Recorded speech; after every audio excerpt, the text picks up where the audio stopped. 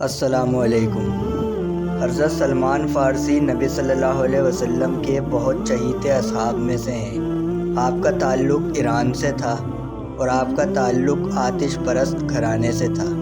آپ کے والد اپنے مذہب کے بڑے نمائندوں میں شامل تھے، یعنی آگ کی پوجا کرنے والوں میں۔ حضرت سلمان فارسی کو لگتا تھا کہ یہ کیا عجیب بات ہے کہ ہم خود ہی آگ جلائیں اور اس کے آگے ہاتھ جوڑ کر کھڑے ہو جائیں۔ ان کو اپنا مذہب عجیب لگتا تھا، لہٰذا جب سلمان فارسی نے بغاوت کی تو آپ کے والد نے آپ کو گھر سے نکال دیا۔ آپ نے شام کی طرف ہجرت کی، وہاں جا کر عیسائیت اختیار کر لی، کیونکہ جب تک نبی صلی اللہ علیہ وسلم کی رسالت کا سلسلہ شروع نہیں ہوا تھا، عیسائیت اس وقت تک اسلام مذہب ہی تھا۔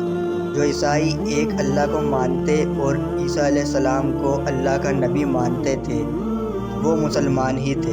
لہٰذا سلمان فارسی ایک عیسائی راہب کے ساتھ رہنے لگے، ان کی خدمت کرتے اور ان سے علم حاصل کرتے۔ جب اس راہب کی موت کا وقت قریب آ گیا تو سلمان فارسی نے کہا، اب میں کس کے پاس جا کر علم حاصل کروں؟ میری علم کی پیاس ابھی بجھی نہیں ہے۔ راہب نے ان کو ایک دوسرے راہب کا پتہ بتا دیا کہ وہاں چلے جاؤ، وہ بہت اچھا عالم ہے، اس سے علم حاصل کرو۔ سلمان فارسی اب اس راہب کے پاس آئے، اسی کے ساتھ رہنے لگے، اس کی خدمتیں کرتے رہے، علم حاصل کرتے رہے۔ ایسے ہی آپ کئی راہبوں کی خدمت میں آتے گئے۔ آخر میں جس راہب کی خدمت میں آپ رہے، اس کی بھی موت کا وقت قریب آیا تو سلمان فارسی نے پوچھا، اب میں کہاں جاؤں، کس سے علم حاصل کروں؟ اس راہب نے کہا، میری نظر میں اب کوئی نہیں ہے جس کے پاس میں تمہیں بھیجوں۔ ہاں، لیکن میرا علم مجھے بتا رہا ہے کہ جنوب کی طرف کھجوروں کی سرزمین پر آخری نبی کا ظہور ہونے والا ہے۔ آپ نے پوچھا کہ ان کی کچھ نشانیاں بھی بتا دیں، تو راہب نے کہا، نشانیوں میں یہ ہے کہ وہ صدقہ نہیں لیں گے، ہدیہ لے لیں گے اور ان کے دونوں کندھوں کے درمیان مہر نبوت ہوگی۔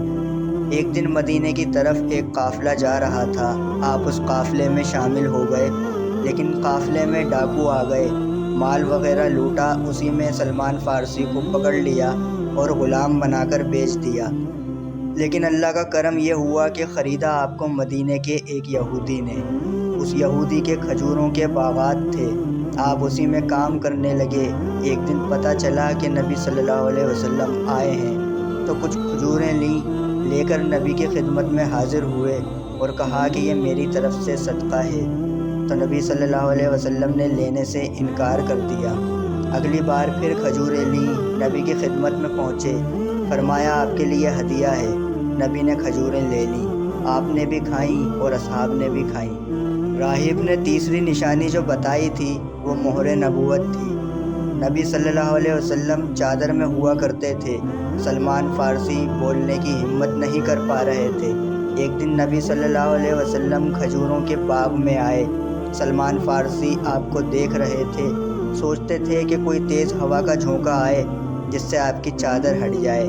نبی صلی اللہ علیہ وسلم کو اللہ کی طرف سے اس بات کا علم ہو گیا کہ سلمان کیا چاہ رہے ہیں۔ آپ صلی اللہ علیہ وسلم نے اپنی چادر ہٹا کر سلمان فارسی سے کہا کہ یہی دیکھنا چاہتے تھے۔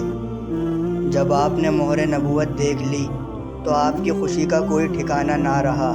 آپ اسی وقت نبی صلی اللہ علیہ وسلم پر ایمان لے آئے۔ سالوں کی آپ کی تلاش اتنی ٹھوکریں کھانے کے بعد پوری ہو گئی۔